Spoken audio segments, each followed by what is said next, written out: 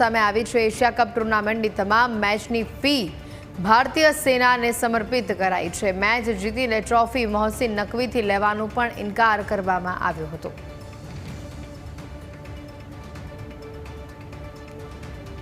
મહત્વની વાત અહીંયા સામે આવી છે। એકવાર બીસીસીઆઈની મોટી જાહેરાત અને તેની સાથે જ ભારતીય ક્રિકેટ T20 ટીમના કેપ્ટન સૂર્યકુમાર યાદવની મોટી જાહેરાત પણ સામે આવી। તેમણે કહ્યું કે એશિયા કપ ટુર્નામેન્ટની તમામ મેચની ફી ભારતીય સેનાને તેઓ સમર્પિત કરે છે।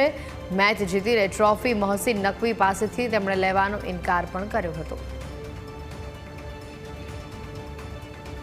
સૂર્યકુમાર યાદવ દ્વારા આજ સમગ્ર મામલે સોશિયલ મીડિયા સાઇટ એક્સ ઉપર પોસ્ટ કરવામાં આવી અને જે પોસ્ટ આપ હાલ જોઈ રહ્યા છો તેઓએ લખ્યું કે મેં આ ટુર્નામેન્ટની મેચ ફી અમારા સશસ્ત્ર દળો અને પહલગામ આતંકવાદી હુમલામાં પીડિત પરિવારોને સમર્થન આપવા માટે દાન કરવાનો નિર્ણય કર્યો છે। તમે હંમેશા મારા વિચારોમાં રહો છો તેવી વાત તેમણે એક્સ ઉપર લખી।